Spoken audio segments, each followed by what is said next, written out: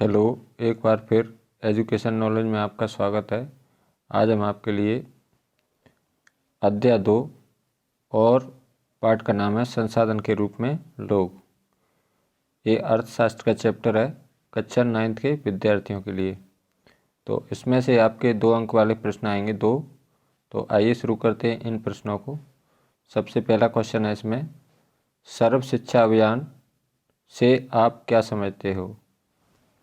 तो इसका आंसर देखिए, 6 से 14 वर्ष आयु वर्ग के सभी स्कूली बच्चों को वर्ष 2010 तक प्राथमिक शिक्षा प्रदान करने की दिशा में सर्व शिक्षा अभियान एक महत्वपूर्ण कदम है। इतना ही लिखना है बस आपको, ठीक है। अगला क्वेश्चन लेते हैं। अगला क्वेश्चन देखिए, ये बहुत इम्पोर्टेंट क्वेश्चन है। बेरोजगारी से क्या आशय है, या बेरोजगारी किसे कहते हैं? बेरोजगारी से क्या आशय है या बेरोजगारी से क्या तात्पर्य है, कैसे भी आ सकता है क्वेश्चन। तो इसका आंसर देखिए, बेरोजगारी उस समय विद्वान कही जाती है जब प्रचलित मजदूरी की दर पर काम करने के लिए इच्छुक लोग रोजगार नहीं पा सकें।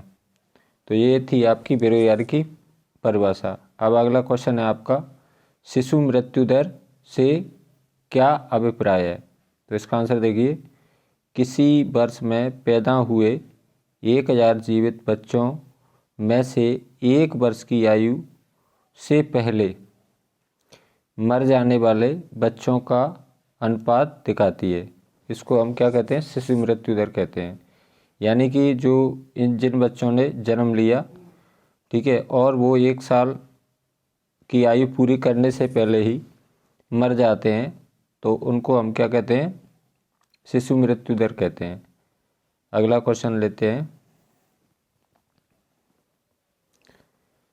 जन्म दर किसे कहते हैं?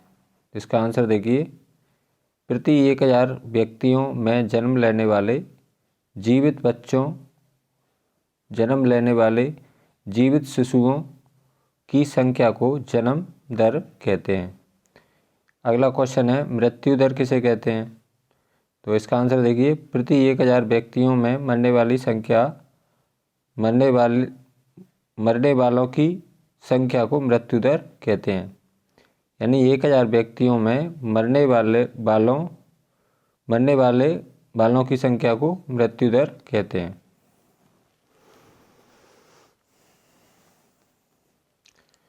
अगला क्वेश्चन है आपका, अर्थव्यवस्था में प्राथमिक क्षेत्र से क्या आशय है? ये बहुत इंपॉर्टेंट क्वेश्चन है। प्राथमिक क्षेत्र क्या होता है? इसको हम कृषि क्षेत्र भी कहते हैं। तो इसका आंसर देखिए, प्राकृतिक संसाधनों का उपयोग करके किसी वस्तु का उत्पादन करते हैं तो इसे प्राथमिक क्षेत्र की गतिविधि कहा जाता है। उदाहरण के लिए कृषि यानी खेती, डेयरी, मछली पालन, खनन, वन, पशुपालन, ये किसके उदाहरण है? ये प्राथमिक क्षेत्र के उदाहरण है, ठीक है। यानी कृषि से संबंधित व्यवसाय हैं ये सभी, यानी खेती से संबंधित व्यवसाय। अगला क्वेश्चन है आपका, द्वितीय क्षेत्रक से आप क्या आशय है या क्या समझते हैं, कैसे भी आ सकता है। तो इसका आंसर देखिए, पहले हेडिंग डाल लेंगे द्वितीय क्षेत्रक। यानी भारतीय अर्थव्यवस्था को 3 क्षेत्रों में बांटा गया, प्राथमिक क्षेत्र, द्वितीय क्षेत्र और तृतीय क्षेत्र।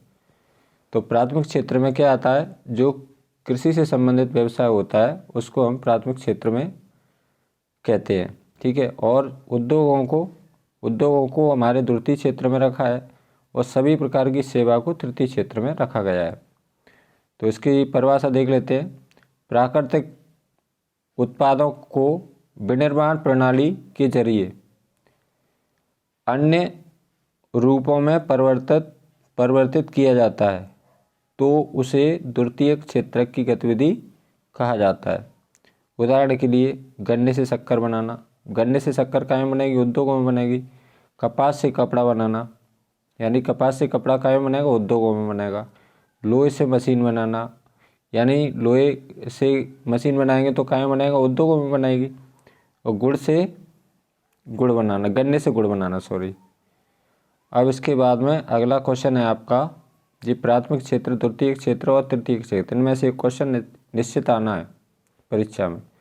अगला क्वेश्चन है तृतीय क्षेत्र में क्या क्या आता है। पहले तो इसकी परिभाषा देख लेते हैं। तृतीय क्षेत्र की परिभाषा है, ये गतिविधियाँ प्राथमिक और द्वितीय क्षेत्र के विकास में मदद करती हैं। यानी जो प्राथमिक क्षेत्र होता है, कृषि क्षेत्र होता है, और द्वितीय क्षेत्र उद्योग होता है, इसके विकास में मदद करती हैं। कौन सा क्षेत्र करता है? तृतीय क्षेत्र। इसको सेवा क्षेत्र भी कहा जाता है। अब इसके उदाहरण देख लेते हैं। शिक्षक, डॉक्टर, नाई, धोबी, परिवहन, बैंक, संचार, एटीएम, कॉल सेंटर, दर्जी, सॉफ्टवेयर कंपनी, ये सभी किसके उदाहरण हैं? तृतीय क्षेत्र के। या आप कह सकते हैं सेवा क्षेत्र के। तृतीय क्षेत्र को ही सेवा क्षेत्र कहा जाता है। अगला क्वेश्चन लेते हैं। देखिए ये आ गया, अर्थव्यवस्था के 3 क्षेत्रक कौन कौन से हैं। तो इनको बताना है, अर्थव्यवस्था के 3 क्षेत्रक कौन कौन से हैं। अर्थव्यवस्था के 3 क्षेत्रक कौन कौन से हैं। तो अर्थव्यवस्था के 3 क्षेत्रक हैं। पहला क्षेत्रक है प्राथमिक क्षेत्रक, इसको हम कृषि क्षेत्र भी कहते हैं, और इसमें कृषि या कृषि से खेती से संबंधित व्यवसाय आता है। दूसरा है द्वितीयक क्षेत्रक, इसमें सभी प्रकार के उद्योग आते हैं। और तीसरा है तृतीयक क्षेत्रक, इसमें सभी प्रकार की सेवाएं आती हैं। अगला क्वेश्चन लेते हैं। अगला क्वेश्चन देखिए,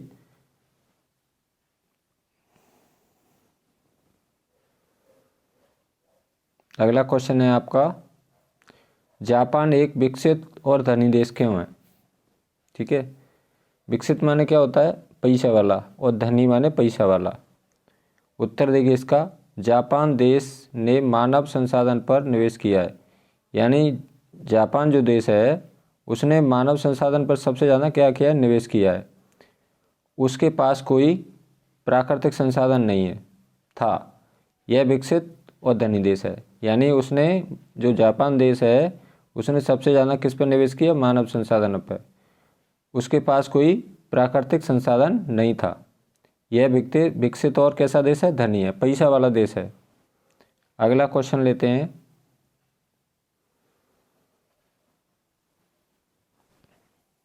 अगला क्वेश्चन है 11 नंबर का, सरकार द्वारा शिक्षा के क्षेत्र में क्या क्या कार्य किए गए। तो सरकार द्वारा कौन कौन से शिक्षा के क्षेत्र में कौन कौन से कार्य किए गए वो लिखना है आपको। सर्व शिक्षा अभियान चलाया गया सरकार के द्वारा, सेतु पाठ्यक्रम चलाया गया, स्कूल लौटो शिविर चलाया गया, और दोपहर के भोजन योजना यानी मध्याह्न भोजन बोलते हैं, ये कार्यक्रम सरकार के द्वारा चलाए गए। तो जो मुझे आशा है कि यह वीडियो आपको ज़रूर पसंद आएगी। यदि आपको यह वीडियो अच्छी लगी तो लाइक करें, अपने मित्रों के साथ शेयर करें, और यदि आप मेरे चैनल को पहली बार देख रहे हैं तो प्लीज़ चैनल को सब्सक्राइब ज़रूर करें, जिससे मेरी आने वाली हर वीडियो का मैसेज आप तक पहुंच सके। थैंक्स।